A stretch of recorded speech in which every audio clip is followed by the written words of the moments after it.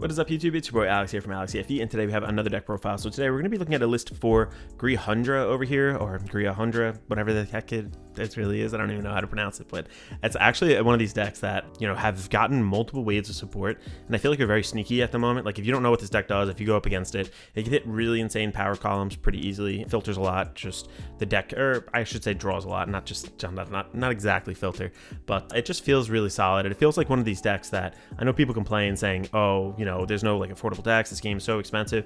This is one of those decks where you should look at where it's like an archetype that has a bunch of self-contained support. It's not that expensive to play, and I feel like this is pretty much the optimal build. There's maybe one thing I'll tell you what to change a little bit later, but this is pretty much budget. I'm not going to provide a budget list like I normally do, because I think this is actually kind of like right at the threshold for that kind of like budget criteria. So with that in mind, this isn't a budget build. This is the real build I would build for it, so which I have over here. But without further ado, let's hop in. I'll show you guys all my different techs, tricks, and all that stuff. So if you are interested in purchasing any of the cards that you see here today, we do have a TCG Player affiliate link down in the description below. Absolutely no cost to you. You get to shop through that link to help support the channel. Thank you in advance. I really do appreciate that. Also, if you guys are enjoying the content, make sure to leave a like on the video. Possibly consider subscribing to the channel. It definitely helps me out. I see all the love that you guys are giving me as of recently. I really do appreciate that. So I just wanted to say thank you and kind of shout you guys out. So thank you in advance for all that good stuff. Let's hop in now. So let's start it off with the ride line. So starting off with the grade 0, I'm just doing the in theme one over here because it does have the Grhyaundra name. I think these are actually pretty cool. So this did get some new support very recently that was kind of like inadvertently for this deck. These are like unison dragons. So if you guys saw my last deck profile on the Sybil deck, it's a unison dragon also. I think it's like a human and a dragon kind of going together, you know, unifying, becoming a unison dragon. And it's kind of cool that the ride lines kind of show that over here. So this is Grhy, this is Grhyaundra over here. So and they become Grhyaundra eventually, which is kind of cool. A little cheesy, but this guy over here, if your soul has a child dragon Grhyaundra, when you would ride unison dragon Grhyaundra from the ride deck, you can basically go and ride without discarding a card. I feel like this is super solid, just not discarding anything. There's nothing you really want to get rid of in this game. I mean, in this deck, this also alleviates us from having to play some of the cyclers. So in that case, it's pretty good. I personally do like this a lot. Also, at the beginning, we do have to go over its skill because it is actually important, the rearguard skill. At the beginning of your battle phase, if you have a grade 3 or greater Vanguard with Grhy in its card name, you rest this unit. Choose one of your rearguards with Grhyaundra in its name, or Grhyaundra in its name. Basically the dragon, the grade 2. And it gets an additional 10k and can attack from the back row. So this is super important because we'll go over the grade 3 skill in just a little bit. But basically same thing with the first skill over here. If you have that Grhy, you basically don't have to discard when you ride up again, just alleviating, oh my god, I can't speak, from having to go and use some of the cyclers and all that good stuff. So with that being said, its second skill during your turn, if you have a unit with Grhy in its card name, this guy gets 5k. So when the swings powered up 10k, give that extra 5k on top of any other power it might be getting. It's at least base 25, so at least the 15k from hand is pretty good. There's also things that kind of give this battle door too, so we're gonna get more into the nuances of that as it kind of comes up, but I just wanted to kind of mention that because the 25k number is not, you know, scary. It's a 15k guard, one card from hand. That's not like absolutely crazy in today's game whatsoever. But this is the main boss unit itself. This is going to be Drag Connector, Grhyaundra. So see what I'm saying, the unison dragon thing, you know, the dragon and the human kind of together makes that. This is a humanoid, what do they call it, unison dragon. I think that's a little different than Sybil. Sybil's like a dragon, but basically at the beginning of your main phase, you get to rest this unit, choose basically a Grhy and a Grhyaundra from your soul, call them to rear, and then at the end of the battle with the rear guard with Grhyaundra, I feel like I'm messing these names up, Grhyaundra, and its card name attack, you put that unit, basically Grhy and a Grhy into soul, and then you restand this guy, and your whole front row gets 10k until the end of turn. So it's really not crazy. It's like, you know, you get one extra attack from the back row, making it 4, but this deck is capable of the 5 now, which does push it, which is why I'm like thinking, like, with the numbers, with all this stuff that we have available, with the new support, I feel like this deck is not like absolutely terrible anymore. This is kind of like, it's decent. Like I said, probably floats around that tier 2, but I think it could take on pretty much any deck if on the right day, you know, if things go your way and whatnot. So I love this deck. I really actually think it's cool. The art style, things of that nature, the play style just feels very me. So I like it personally. What this does, again, you poke from the back, you go, call these 2 from soul. One, you know, it doesn't matter. This guy in the back row, rest this guy, 10k, 25k swing. Okay, when that swings, guess what? This guy is rested during the main phase. You take these 2 and you put these into soul, and boom, you restand this guy. So you're recouping some of your resources here. These will pop back out for a multi-attack if all things go right on your turn, but then you're restanding this guy, 10k, Persona Ride, 10k, another card in here, 10k, like plus 30k to your front row is absolutely nuts at a certain point, and that's kind of the goal of this here, which we will get into just shortly. So that is the ride line. Yeah, only keeping it right in the family with all of the regular in-theme support. 3 more copies of the Persona ride itself. Clearly nothing more to kind of go on. It's much more legible to read, I think, the regular base copy, so I just included that in the ride line. But 3 more copies of this over here. It's overdressed. You want to have that Persona ride. Now, this is a card that I think is absolutely necessary at 4 of. Like, you need to see this pretty much, and it's very, very, very easy to see this. It's searchable over here. There's a lot of filtering, a lot of card draw, like I said, too. So yeah, 4 of Drag Resonance. Drag Resonance, when your Vanguard restands, it gives your whole front row 10k. So Van gets 10, Persona Ride gets 10, Drag Resonance gets 10. That's like a plus 30k to your front row. And with a multi-attack, like, it feels good. This is a floating 10k, so it's not just like only the units that see it on the board. No, it's like when this guy restands, all your front row units get that 10k. So at that point, you should see that unit. It will get that 10k. So it feels really, really good. I like this card. I think that is absolutely necessary at 4. Like, you need to see it every single turn, going first, going second. Like, always need that going live. Over here, a little bit of a resource engine. This is going to be artillery bullet of Duststorm Zakis. So Zaxis, I think that's an X or a K. I can't really read it, but basically what this guy does on the front or rear guard circle, at the beginning of your battle phase, you CB1, choose one of your units with Grhy or Grhyaundra in its name. It gets an additional 5k until the end of turn, and if you chose a unit, you get to draw. So draw power, like I said, a lot of things do draw in this deck. Like, this is like, I feel like back when this game first started, like the D series or whatever, like the amount of draw that the current like off tier or off meta kind of decks do today was like better than the meta decks of then. So you know, just take that with a grain of salt, take it whichever way you will. I feel like you do actually gain some resources in this deck. Also, when the unit with Grhy or 100 in its card name attacks and your opponent's Vanguard is grade 3 or greater, this unit gets an additional 5k, so just boosting itself a little bit, which is nice because if you are giving that 30k to your front row on top of that 5k, it's not just a 45k or 43k, it's now a 48, so it feels a lot better. It just hits that magic number, so that 5k is kind of significant. Also, it is nice just to give the extra 5k to the degree when it attacks. So yeah, especially if you got that battle door. So a little bit of inadvertent support. If you saw previously, go check it out on my channel if you haven't, my Sybil deck profile. Shameless plug right there. This guy came out over here, Desolate Flare Dragon. So this is pretty cool because this supports Unison Dragons. Like I mentioned, this is a Unison Dragon, so it will work on your grade 3 Vanguard. I think it also works on the grade 2 as well. So if you have a Unison Dragon Vanguard, this guy gets all the following when this guy's placed. CB1, look at the top 7 cards of your deck, choose up to 1 Unison Dragon or up to 1 normal order without Regalia Speech from among it. Reveal it, put it into your hand, shuffle your deck. If you did not reveal a card, draw a card. So CB1 for a card draw. Just, you know, it's basic economy. I think it's not great, but it's like, it's definitely acceptable. But it does go and gets that order card overall, or that Unison Dragon. So basically, if you want to go get the Drag Resonance, which we need, you want to go get your Unison Dragon Vanguard, you can go do that. Also, it is searchable for the grade 2. There are some grade 2s degree in the main deck here. That's searchable as well. So with all that being said, I feel like this is actually a really solid first skill. It's second attack too when this guy attacks, or second skill, I'm sorry, when this guy attacks on rear guard circle, this guy gets 5k. Till the end of battle, you get to Energy Blast 3 then. Choose one of your rear guards and it gets auto when this guy is retired from rear. Put this into your hand. There are like engine starters that you're pretty much going to be retiring. We're going to see when we get to the grade 1s. This will help you kind of recycle that over and over, so you don't have to like be fishing for pieces necessarily. And yeah, a little bit, you don't really use too much of the Energy Blast in here. So this is definitely, every time you can, I would pretty much use it. So yeah, really solid card. I feel like it inadvertently supports this deck a whole lot. And that's kind of the reason I feel like this deck is even kind of not playable, but more than playable. Like it definitely bumps it up a little bit. Like that's a really, really good, like specific kind of like an archetype, or kind of like offset archetype kind of support accidentally. Next up here too, a very basic card, Melt Knuckle Golem.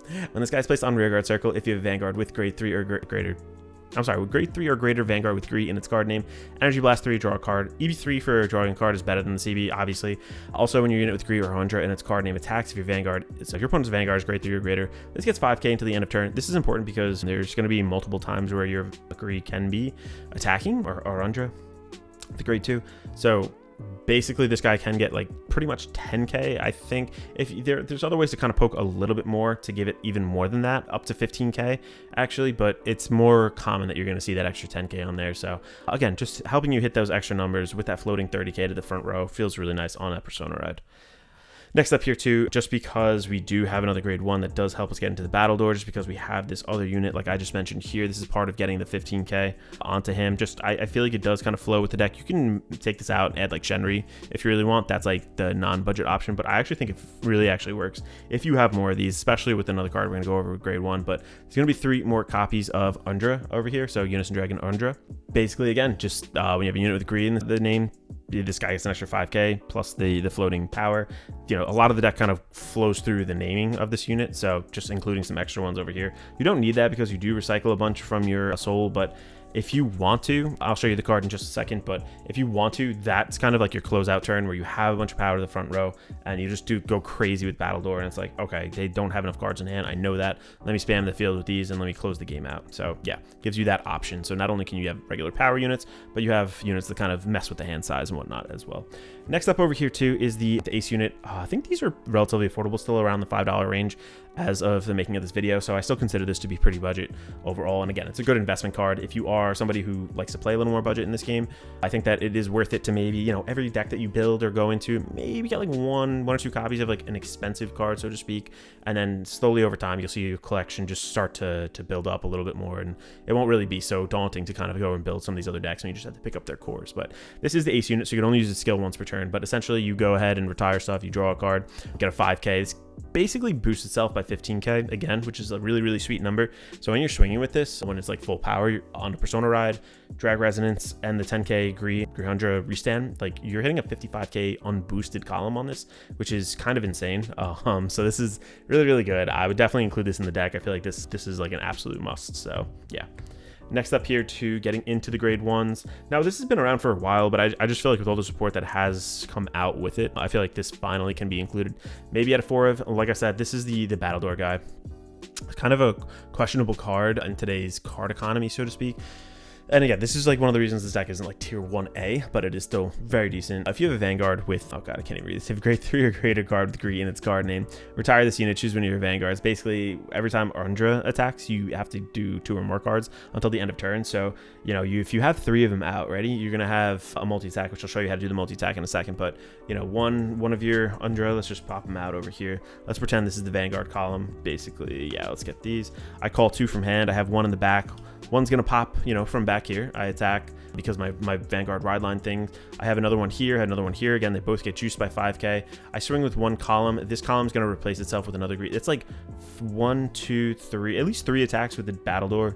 Like, it feels pretty good overall. I think that with the power that this deck kind of does hit, I feel like it does feel pretty substantial, even though on paper it reads a little weird. Like when you play this card and when you finally get that like massive Grhy or Grhyaundra turn off, it just feels insane. So yeah, 4 of these over here. Kind of sucks that it's just such a hard neg, but there's a lot of card draw in this deck where, you know, maybe we're not doing it as efficiently as some of the best decks, but for like I said, I keep saying, like for something at this price range, at this kind of like power level, the card draw is actually very good.